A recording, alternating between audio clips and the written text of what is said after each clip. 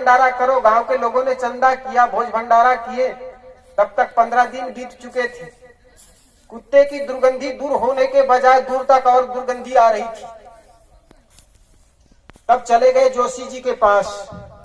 जोशी जी के पास जाकर कहे, जी जोशी जी, हमारे गांव में एक मात्र कुआं है, उसमें भी 2 कुत्ते गिर गए हैं, 15 दिन हो गए और आज भी समस्या का हल नहीं हुआ है, तो कोई हल बताइए। उन्होंने कहा, एक ऐसे कीजिए, 101 कुंवारी कन्याओं को इकट्ठा करके भोज भंडारा करो, नए नए वस्त्रों का दान करो। अब देखो समस्या कहाँ है, हल कैसा बताते चले जाते और हम गांव के लोग मानते चले जाते हैं।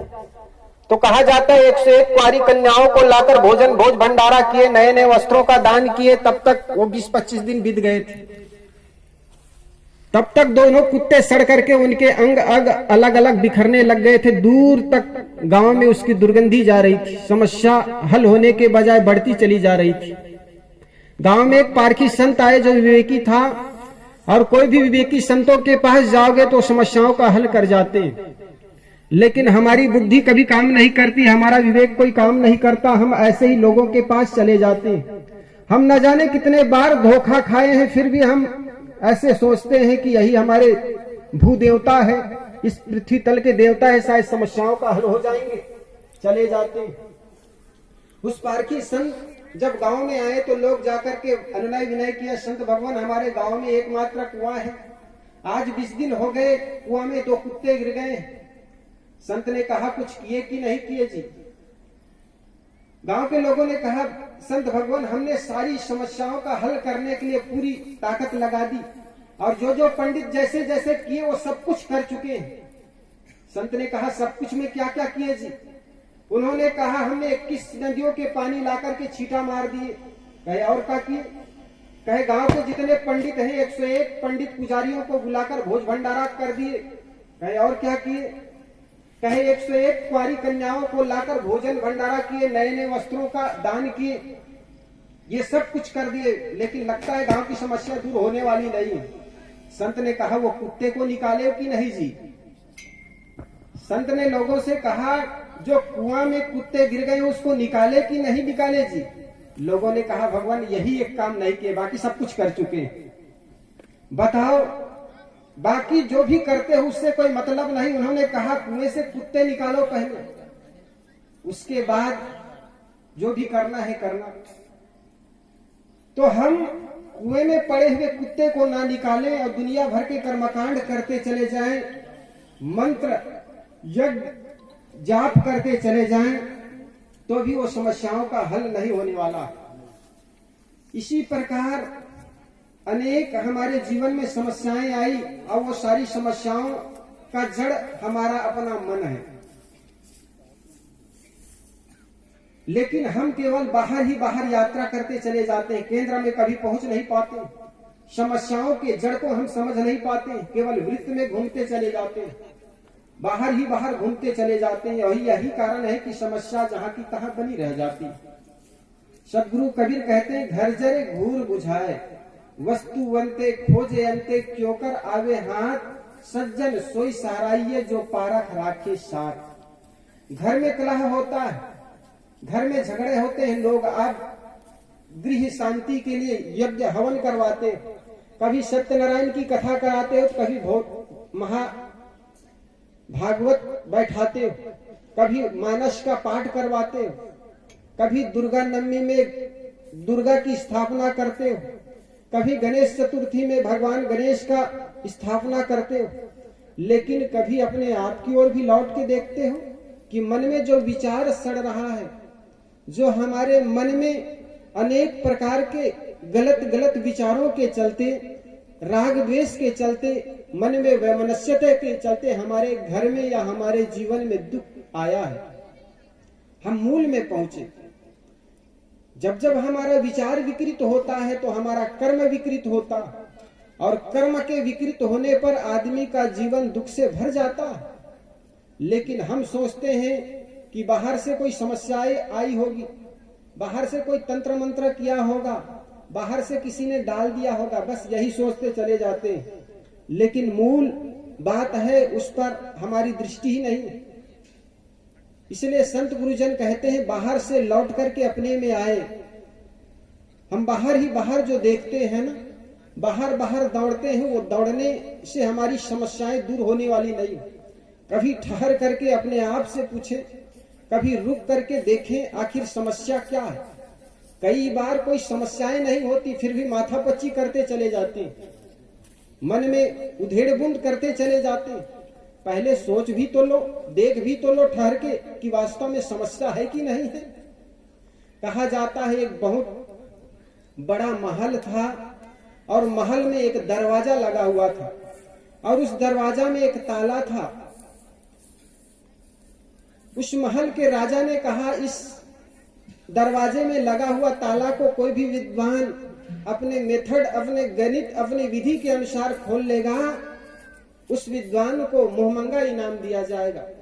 बहुत दूर दूर के विद्वान आए, गणित का सूत्र जो याद करके आते थे, वे लोग सोचे कि हम तो सबसे बड़े विद्वान हैं, हम गणित के अच्छे अच्छे फार्मूला जानते हैं। वो विद्वान लोग आए, 3 विद्वान आए और तीनों को कहा गया भाई अपनी अपनी ये जो ताला खोलने की जो विधि है इसको याद करो, कल सुबह आप लोगों को मौका दिया जाएगा। तीनों आदमी को एक कमरे में ठहराया गया, लेकिन उसमें से 2 आदमी थे ना, वो जो जीवन भर गणित का फार्मूला याद किया था या गणित का फार्मूला वो कहीं न कहीं सूत्र के रूप में कहीं प्रयोग किया था, वो सारे सूत्रों को रात भर याद करते रहे। लेकिन एक जो आदमी था वो केवल लेट करके सो करके अपना समय बिता दिया। वो चिंतन नहीं किया, किसी प्रकार की चिंता नहीं की कैसे ताला खोलना है। उन्होंने सोचा समस्या जब आएगी तो देख लेंगे। और 2 आदमी था, वो रात भर माथा पच्ची करता रहा, वो गणित के सूत्र याद करते रहे। सुबह हुई, राज दरबार में ये तीनों लोग इकट्ठे हुए, तो 2 लोग जो माथा पच्ची करते रहे ना रात भर, वो जाकर के ताला के पकड़ करके सारे सूत्र लगाए, सारे फार्मूला प्रयोग किए, लेकिन ताला खुला नहीं, दोनों फेल खा गए।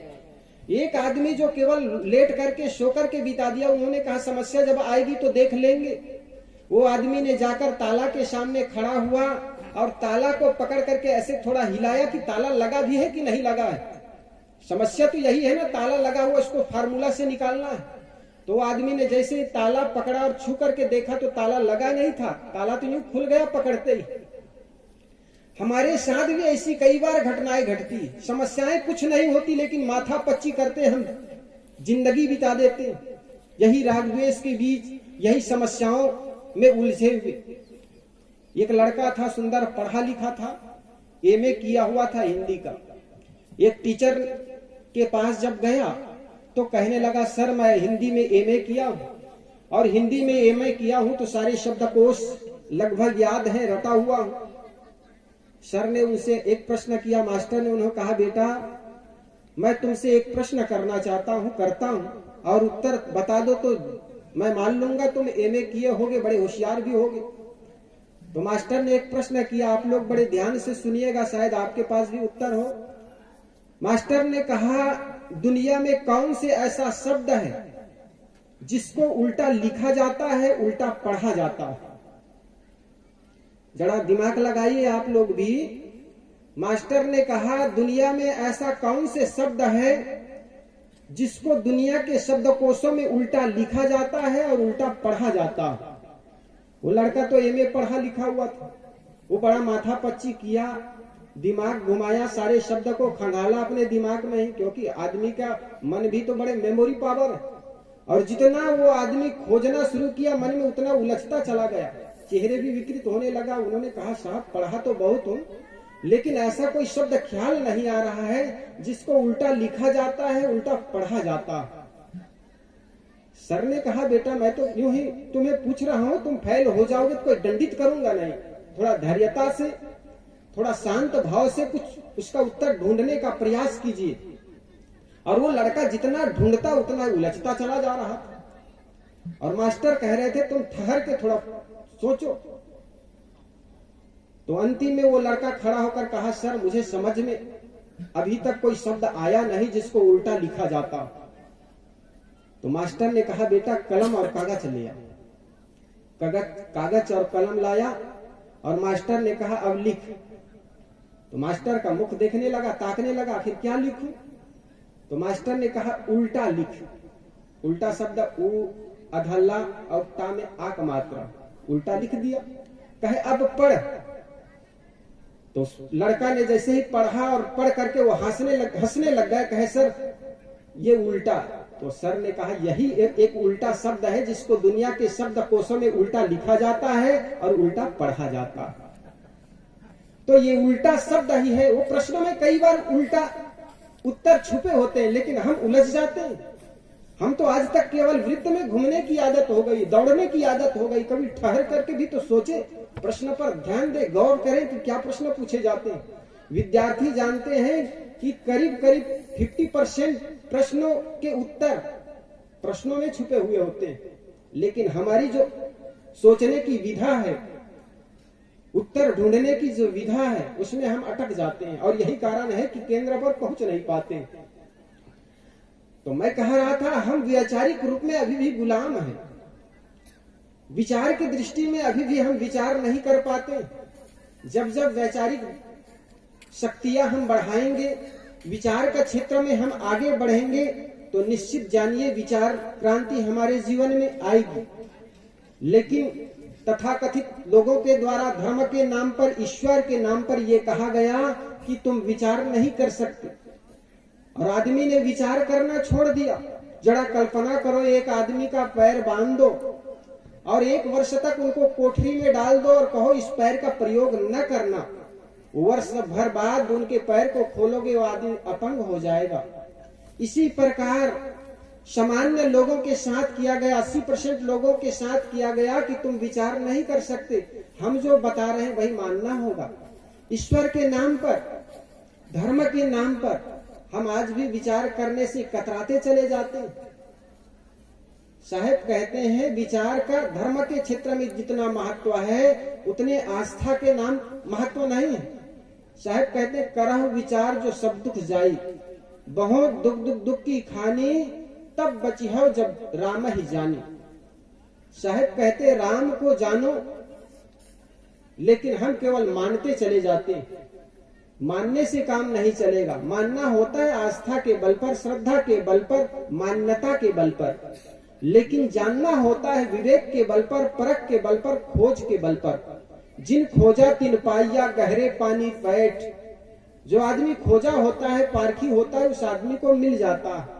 हमारे संत गुरुजन कहते हैं कि बाहर जिसको तुम ईश्वर मान करके खोजते हो ना, जिसको ईश्वर मान करके आप यात्रा करते हैं, वहां ईश्वर मिलेगा नहीं, उसमें परमात्मा मिलेगा नहीं, वो आपके ही अंदर है। जिस व्यक्ति को अपने घर में रहे माँ बाप में भगवान का दर्शन नहीं होता, वो आदमी दुनिया के कोई तीर्थ यात्रा में चले जाए, किसी भी मंदिर में चला जाए, उनको भगवान का दर्शन हो नहीं सकता।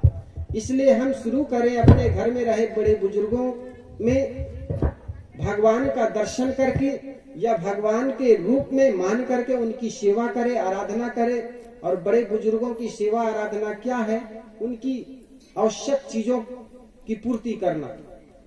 माँ बाप बुजुर्ग हो जाए, दुनिया में हर आदमी बुजुर्ग हो जाते हैं। ये मत सोचना कि हम तो सदा जवान बने रहेंगे, लेकिन मौत सबको आनी है, बुढ़ापा सबको आता है। मौत सबको आनी है, कौन इससे छूटा है, तू फना नहीं होगा ये ख्याल झूठा है। जिस फ्लेट के लिए माँ बाप को आदमी ठुकराता है ना, उनको तब ख्याल आता है जब उनके बेटा उनको उपेक्षित कर देता है।